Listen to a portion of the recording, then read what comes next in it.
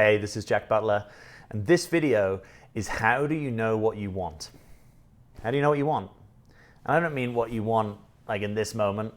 I mean kind of like how do you know what you really want in your life, in the big picture? So before I get into how do you know what you want, let's just talk briefly about what might be happening if you aren't going after what you want or you don't know what you want in your life, right? It might be that you're stuck in some kind of routine or rut, right? Maybe your life has become kind of routinized. You're kind of getting up in the morning, maybe you're going through the motions, right? Or maybe you're a go-getter and you have lots of opportunities in your life, but actually you're noticing that you keep going after different opportunities, but you're not really fulfilled.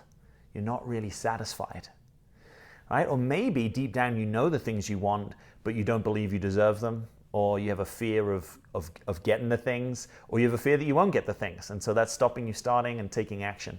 So this video is for all of you, and the essence of the answer to the question of what do you really want is where in you do you get the information about what it is that you really want, right? Is it your head?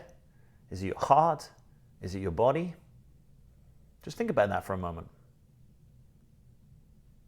Now, the essence of what I want to suggest to you today is that there are some things that only your heart knows, right? There are some things that only your heart knows. And so in order to discern those things, you have to get in a good conversation with your heart. And for most of us, that means slowing down, putting aside distractions, and listening to the small, quiet voice of our hearts. Right? Really tuning in and creating an open space. And you may not know what you're going to hear. You may not even like what you're going to hear. But there are certain things that if you get slow enough and close enough and tender enough with your heart over a long enough period of time, that only your heart knows and that can tell you. Right? Your heart knows what it loves. Your heart knows who it loves. Your heart has what, instead of saying what we want, we could talk about what is your authentic desire. What is that true desire, your heart's desire, your soul's desire? So if you don't know what you want, I really want to encourage you to take some time, shut the world out, and get close to yourself. And it may not happen immediately. It may be a little bit of a conversation, right? Like just kind of befriending someone or getting to know them. If you haven't been in conversation with this part of yourself, it may take a while for you to really engage in that conversation. But I am making a distinction. Your head is great for certain kinds of information, certain kinds of clarity, brilliance, intuition, higher intuition.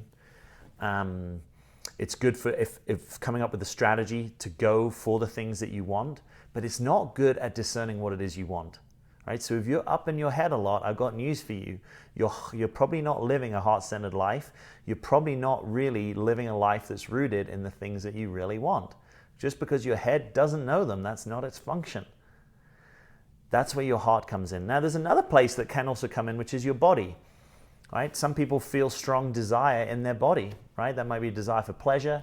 There might be a desire for certain kinds of movement, certain activities. You might get bodily intuition, bodily knowing about things that you want. So that is also possible. But I do want to suggest in this video that if there's one place you look, I want you to look in your heart. Right? I've coached people for a long time on priorities, right? How do you live what I call a high definition life, a life that's built around and focused on the things that should be your priorities. And oftentimes people are there scribbling away in their journal, all the different things in their life, and they're trying to discern their priorities. And I invite them just to take a step back. Again, where do your priorities come from? Your priorities, could they be rooted in the things that your heart really cares about? And at some level, you don't actually get to decide that. Right? If you really think about it, there are things that your heart cares about. Whether it's relationships, music, sport, literature, history, politics, helping people, spiritual practice, meditation, chocolate, whatever it is, there's things your heart cares about that it's not really like you decided you wanted your heart to care about them. Your heart just does. Right? So part of this is actually getting out of your own way and noticing that there are some things that have been implanted in your heart that life has given you, the universe has given you, however you think about that, but they've been planted in your heart, seeds of desire, seeds of things that you love and care about, and that's what it's about getting in touch with. And the biggest barrier for most of us to getting in touch with it, apart from being in our heads, is our inner critic, right? The voice inside of us that tells us things it thinks we should be doing, things it thinks we should be focusing on. And I'll talk about this in detail in another video, but the inner critic is really about keeping you safe. It's really an early developmental structure that's trying to keep you safe. And the conversation about what your heart cares about may or may not feel safe to you, right? Because it may bring some things up where you notice, wow, like I'm in this particular line of work, but what I really care about is something completely different. Or wow, I'm hanging out a lot with these people, but when I really tune in, what I care about is deep conversation. And actually, that's not what this friendship group is about. What I really care about is the philosophical side of life, and I don't really have friends to talk to that about. Whatever it is. So I'm not saying that this is an easy conversation, because as you unpack it, there may be things that you don't currently have in your life. But that's okay, right? You can take your time. You don't have to make any radical decisions today. This is about noticing what it is you really want. And the reason to do this is because fulfillment has a lot to do with this. Fulfillment isn't about some projected idea of where you should be fulfilled or how you should be filled. It's a really quieter notion than that, and it comes from aligning with things that you care about. If you are doing things in your life that you really care about, whether you're doing them well or less well, whether they go the way you want or not, there's a kind of sufficiency, there's a kind of nourishment, there's a kind of holding and I'm going to say pleasure, but it's sweeter than that. It's a contentment and a fulfillment that comes from doing the things that you really care about and doing the things that you want. And I'm distinguishing in this video, there may be things that your personality wants, right? Some more kind of superficial desires that you have. And I'm not, superficial may not even be the right word, just there's different kinds of desire, right? Things that you might just want in this moment, like I want some attention, or I want to eat something, right? That's important. But we're also trying to dig under that and say, well, what is it that your life is about? What is your heart and your soul? What are their desires? What do they care about? Because they're pointing to something that probably only they can know.